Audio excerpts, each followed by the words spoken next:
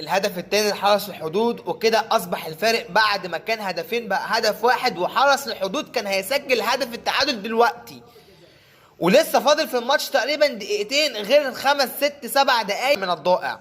وربنا يستر، لان احنا بدأنا بعد ما سجلوا هدف التاني من ركله الجزاء، بدأنا نشوف محمد عواد في اكتر من كرة وشايل كرة من على خط المرمى، يعني حرس الحدود كان هيتعادل مع الزمالك. فربنا يستر يا جماعه، ما انا ما يبقاش ابني في جيبي وراح ادور عليه يا جماعه. انا دلوقتي مستحوذ وماسكهم الشوط الثاني من اوله لحد الدقيقه 85 بالظبط. دلوقتي انطرد منك حمزه المسوسي، حطيت نفسك في ستريس ليه من اول الكلام ده؟ ولكن ربنا يستر يا جماعه ونخرج من الماتش ده ب3 نقاط سالمين. هو انا مش عارف بصراحه، هو ناصر منسي الاسطوره راح فين؟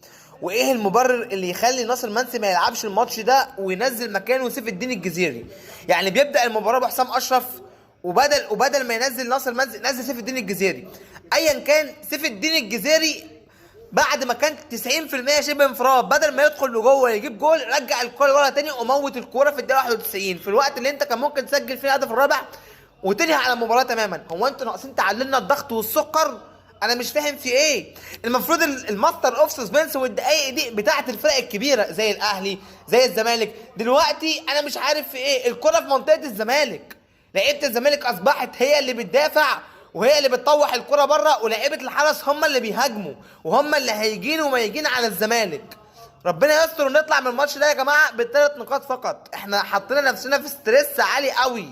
لما ركله الجزاء انحسبت لنادي حرس الحدود في اول المباراه، رحنا لقينا محمد اشرف رؤى رايح يتقدم الى الكوره عشان يسجل هدف.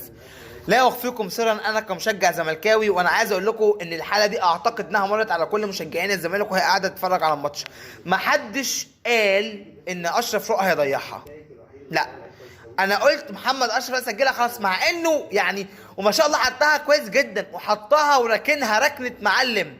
لا تقول لي عمرو السوليه ولا تقول لي احمد سيد زيزو ولا تقول لي افضل لعيبه تشوط ركلات الجزاء. من امتى يا رؤى؟ من امتى؟ وايه بقى وكابتن بقى وبيقول لجمهور الزمالك اعذروني. خرجنا من كأس مصر الاخير وسجل فينا هدف النهارده.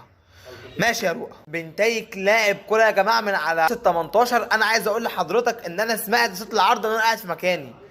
عالمي يا ابني والله، وعالمي يا شيكا. سيف الدين الجزيري يا ناصر يا منسي، انت قاعد بره ليه؟ يا جدو يا جدي يا جدي يا حبيب قلبي، ناصر منسي ناصر منسي هداف الدوري او من هدافين الدوري، قاعد بره وبتلعب سيف الدين الجزيري. انهي عقل وانهي منطق؟ الماتش خلص، اللهم لك الحمد لك الشكر. انهي عقل وانهي منطق ان يخلي يا جماعه ناصر منسي قاعد على دكه البودلة وهو في افضل حالاته وهو بيسجل اهداف كل ماتش؟ انا مش فاهم في ايه. طب عايز تلعب بسيف الدين، ابدا بالماتش، ابدا يا سيدي بناصر منسي، انما ما يبقاش لعيب ميت وكان بينه وبين مجلس الاداره مشاكل واللاعب هيمشي هيقعد تنزله وتقعد اللعيب المستقر الكويس.